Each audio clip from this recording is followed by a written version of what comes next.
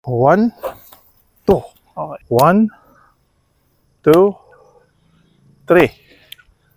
1, 2.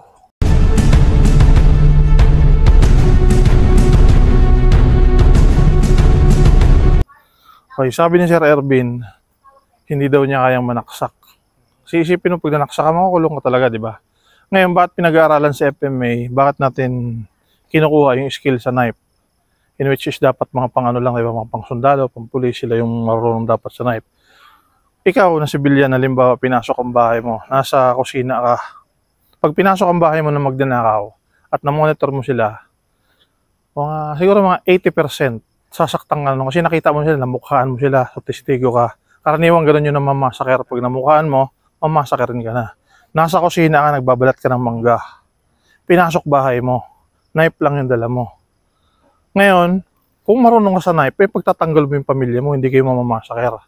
Kung hindi ka marunong at ayaw mong manaksak, edi mamamasaker kayo. So mamimili ka, mamasaker ka o gagamitin mo yung skill mo sa knife. Hindi ako pumasok dito.